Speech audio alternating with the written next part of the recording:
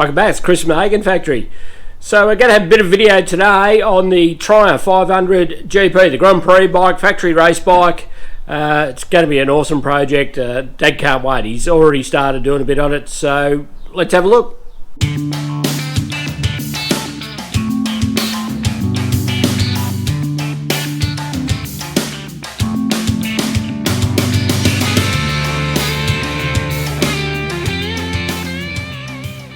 So we're back in the shed with Alan. He's found something else, and I have put a couple of things up on the internet, but he's just going to give us a quick rundown. We won't get right into it today, but we'll just have a quick look over it, and then later on we'll sit down and we'll just go through every part, and we'll have a look inside the engine and all the special parts that it's got. But tell us what you got. Right, it's a 1947 Grand Prix Triumph, which was a factory production race bike. They made about 150, some people say 200, but 200 would be the absolute max.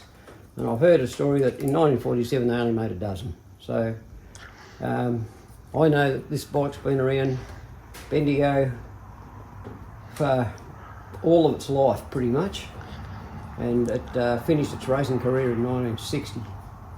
So I always knew it was there.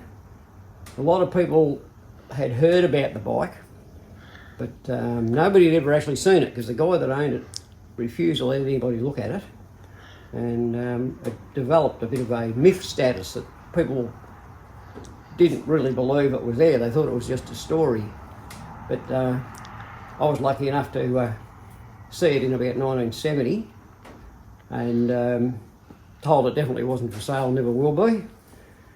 But anyway, here it is.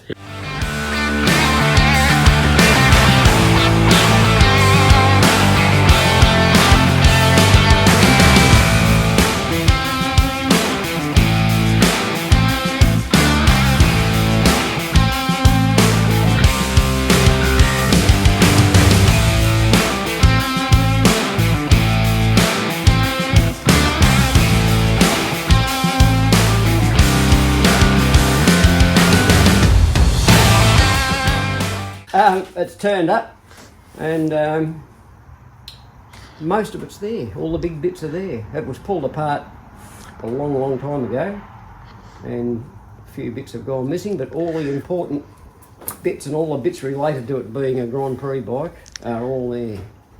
Fantastic.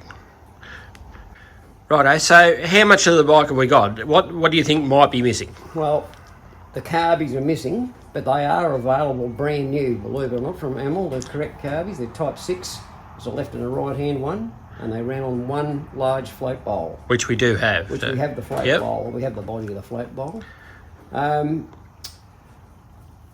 Everything else, engine-wise, is there. We've got this crank. This is a super duper crank out, a highly polished crank, which carried large roller bearings here instead of ball races, as compared to the Roadster. And these rods, highly polished rods, made out of hydrominium with steel caps. The cams are in it. It's got all the right rocker gear in it. All the right rocker gear. The timing gears are all there. The magneto, we have the magneto. All the major bits are there except for the carbies, which can be bought. Might have to mortgage the house to buy them, but they can be bought. I'm sure we'll get some. Yep.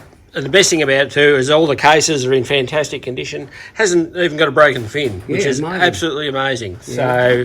So I thought there might have been a lot more work in this, just preparing all these parts, but it looks really good. Yep. There was mud guards and stays and rear sets and... Yeah, and the frame is there. Yep. The close ratio gearbox is there. We'll get a few photos of the petrol tank and the oil tank. Yeah, petrol tank and oil tank are there. Oh, we might be missing the seats. The seats, yeah, but they're only the standard British saddle seat with the pillion seat behind it. Yeah. As they were fitted up to race in those days. And it's had the 19-inch front wheel conversion. So if anyone out there has got a 20-inch Dunlop front rim, a mud catcher, and they want to get rid of it, get in touch with us. Put it in the comments, and I'll get in touch with you. It'll be going to a good cause. It will be going to a great cause. Yep. This thing will be finished. And the other thing is, what we'll do is we'll follow this build from one end to the other. We will. So we'll just keep updating. I can't say it'll be every week, but we will update it as quick as we can. So we've got the front wheel, which someone's laced up to a 19. I imagine the 19-inch tyres might have been a bit easier to get at the time. She's got the homemade cooling duct on it. We might sort that out and see what we can do. But it's got the original old triangular tyre, which looks pretty dangerous to me. And not much meat in the middle, but plenty on the sides. So I'd imagine braking wouldn't have been too flash. Braking was not their strong point. No, that's And- really out of favour. Yeah. And obviously it wasn't that good because it's not worn out. Yeah. So It's got the fin. yeah, and it's got the fin drum in the rear there. So see in there, yep. Right, we've got the gearbox there. No Kickstarter in this one. In the US ones they had a Kickstarter, but the European ones didn't. There's all the old rear sets and just boxes and boxes of bits. The rear brake. Rear brake. Yep, we've got the front one as well. Yeah. And there was just The triple clamps are there for the steering head.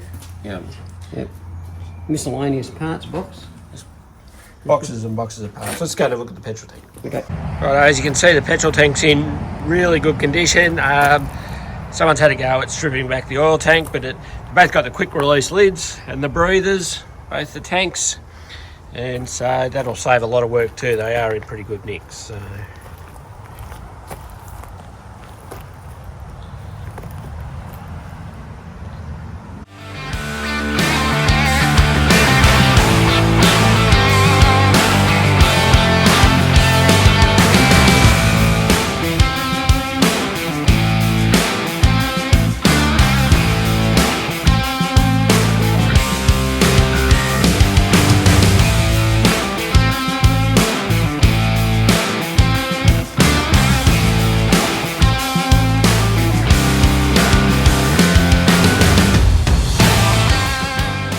You know what to do. If you like what you see, like, subscribe, tell your friends. Let's bring Hagen's back.